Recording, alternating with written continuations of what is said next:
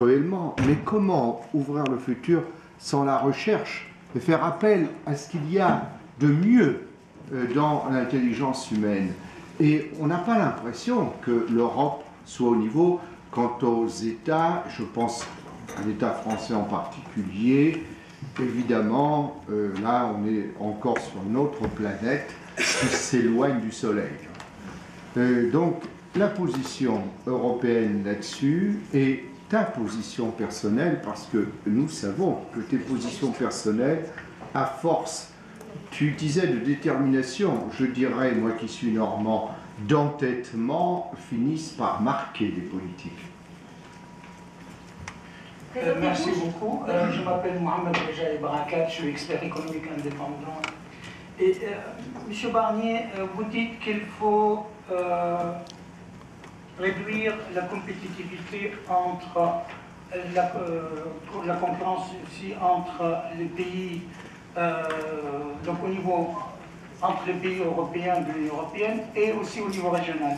Mais comment vous allez arriver à faire ça, sachant que nous vivons dans un monde globalisé où nous ne pouvons sûrement pas faire la concurrence à des pays où il y a des gens qui travaillent pour $100, $150 par mois, et où aussi nos industriels, nos investisseurs européens et occidentaux ont des usines dans ces pays-là. Donc comment vous allez associer les deux? Je ne vois pas comment est-ce qu'on va être plus concurrentiel que ces pays. Et puis, quand vous dites qu'il faut du volontarisme public s'associant au volontarisme privé, malheureusement jusqu'à présent, on a démontré que le volontarisme privé, y compris chez les industriels ou les investisseurs privés européens, il n'y a pas moyen d'associer les deux. Est-ce que vous ne croyez pas qu'il faut avoir plus de pouvoir aux États, le pouvoir public soit plus régularisé? Vous dites entre une proposition et son adoption, il y a 1 an et demi, il faut 1 an et demi, plus après, il faut X années ou X mois pour réaliser ça techniquement. Comment est-ce que vous allez faire tout ça? Je vous avoue un petit secret, c'est que depuis 30 ans, je suis les affaires de l'Union européenne. Avant, c'était les communautés économiques européennes. Et souvent, on entend parler de livre blanc, livre rouge, livre jaune, livre vert, c'était Kadhafi. Mais et toujours les mêmes propositions, les mêmes volontés et rien de concret n'arrive. Après la crise monétaire, j'avais entendu parler... Parce qu'on a deux questions à prendre et Michel doit répondre. Et il doit s'en aller, là, rendez-vous. Donc on reviendra peut-être dans le débat après. Puisque après, il va falloir qu'effectivement, comment on fait, peut-être rentrer plus dans les moyens. Donc, oui, Jean-Claude. Jean-Claude là-haut, c'est fini.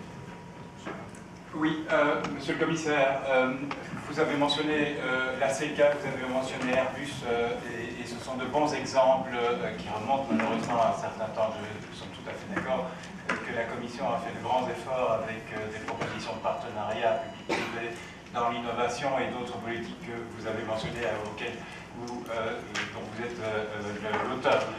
Peut-on aller plus vite? Peut-on avancer plus loin dans des initiatives industrielles publiques-privées? Vous êtes cet après-midi au Conseil compétitivité et je pense que, comme vous l'avez dit, ça dépend beaucoup des États membres. La Commission à l'initiative des États membres décide avec le Parlement. Est-ce qu'il est possible, à votre avis, d'accélérer le mouvement? Alors, devant le monsieur qui a... vous avez... Voilà. Présentez-vous, s'il vous plaît. Oui, bonjour, Christophe Yvetot, je suis le directeur du bureau de l'Organisation des Nations Unies pour le développement industriel. Nous sommes, je crois, la seule organisation globale qui s'occupe de ce dialogue sur le développement industriel dans le monde. Ce que je voudrais aborder, c'est la partie là qui n'est pas uniquement politique intérieure européenne, mais la politique extérieure européenne, vis-à-vis aussi des autres pays. Il y a évidemment beaucoup de questions qui se posent pour l'industrie européenne, on les connaît. On voit aussi qu'il y a une énorme interdépendance, puisque l'industrie européenne ne vit pas dans l'isolement. Et quand il y a une baisse aussi de l'industrie en Europe, parfois il y a aussi des conséquences dans les autres pays, parce que nous produisons, nous avons des chaînes de valeur globales, donc forcément, les autres pays aussi sont confrontés parfois à la même question. Maintenant, comment faire pour passer? Il y a évidemment un besoin d'améliorer la compétitivité européenne, etc.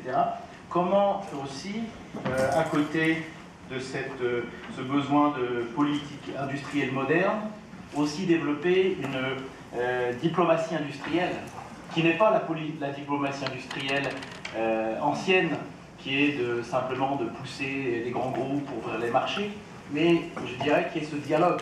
Comment peut-on globalement essayer d'atteindre des objectifs communs comme lutter contre les changements climatiques, réduire la pauvreté ou d'autres biens mondiaux par le dialogue et la négociation.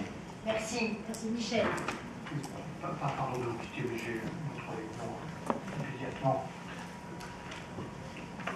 Moi, je pense que dans les accords de partenariat que nous relançons, que nous engageons, États-Unis, ou Chine et d'autres grandes régions du monde, il y a une place pour cette coopération, je ne sais pas si on peut dire diplomatie industrielle, cette coopération industrielle sur les enjeux nouveaux.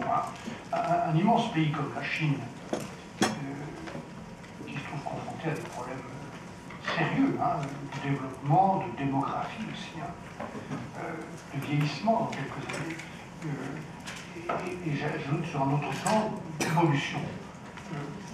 Quand j'écoute les nouveaux dirigeants chinois parler de la troisième révolution industrielle, du défi énergétique,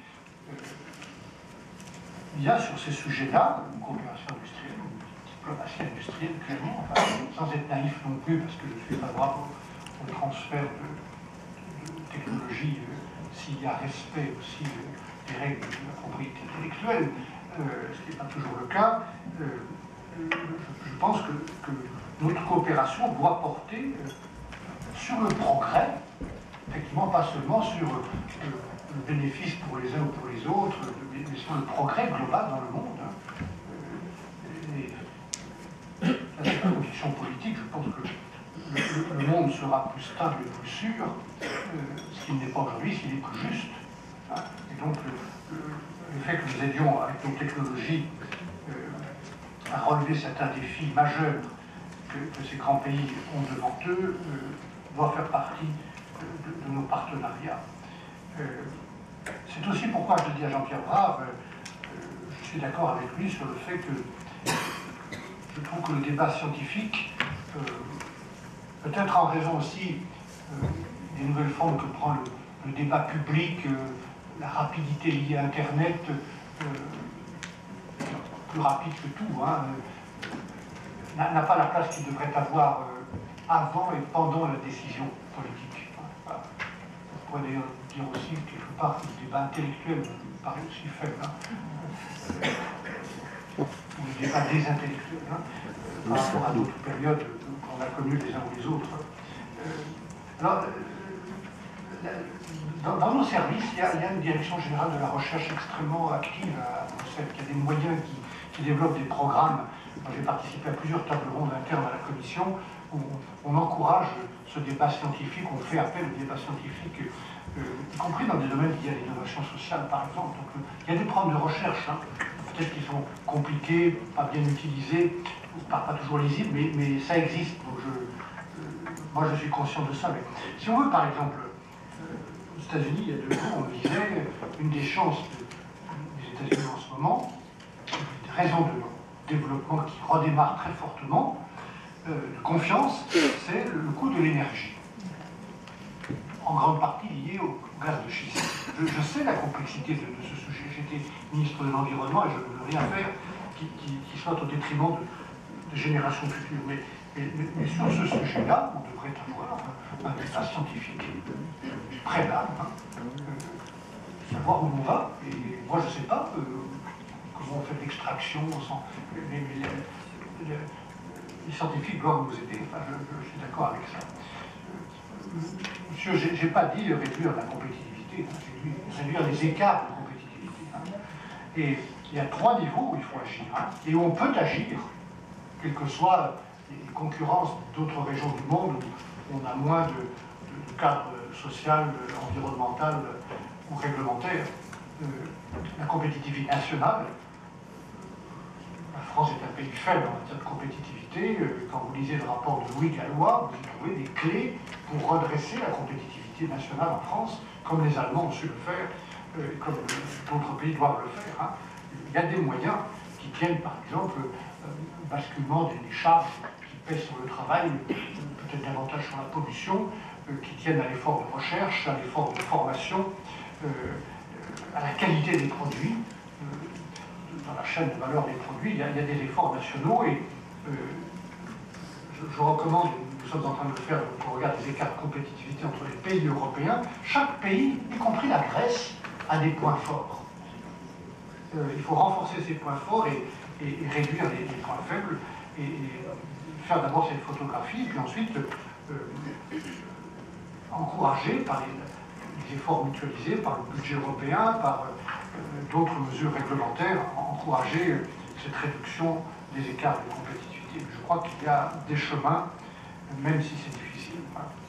Enfin, M. Lahaut, pour accélérer le mouvement, il faut qu'on ait une route. Hein. Les pères fondateurs ont eu une route, c'était la CECA, le marché commun. Comme d'ailleurs ciment économique, comment dirais-je, de la volonté politique. Hein. Non seulement avoir envie d'être ensemble, mais avoir intérêt à être ensemble. Ça c'est l'économie, c'était la CECA et le marché commun. Il y a des exemples plus récents que Airbus Galileo, par exemple, est un exemple plus récent de volonté collective avec des implications industrielles fortes.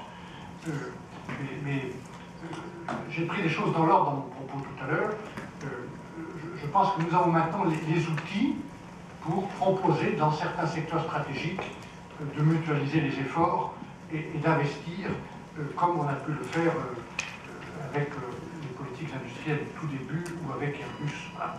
Et sur les nouvelles technologies clés ou les nouveaux secteurs stratégiques, l'accélération elle viendra du moment où la Commission, elle est en train de le faire, propose des actions communes ou mutualisées et où les ministres qui décident, les parlementaires ont cette conscience. C'est une question finalement au bout de la route de volonté politique. Voilà. Pardon de ces réponses un peu télégraphiques, mais en tout cas, je vais dire ce que je crois.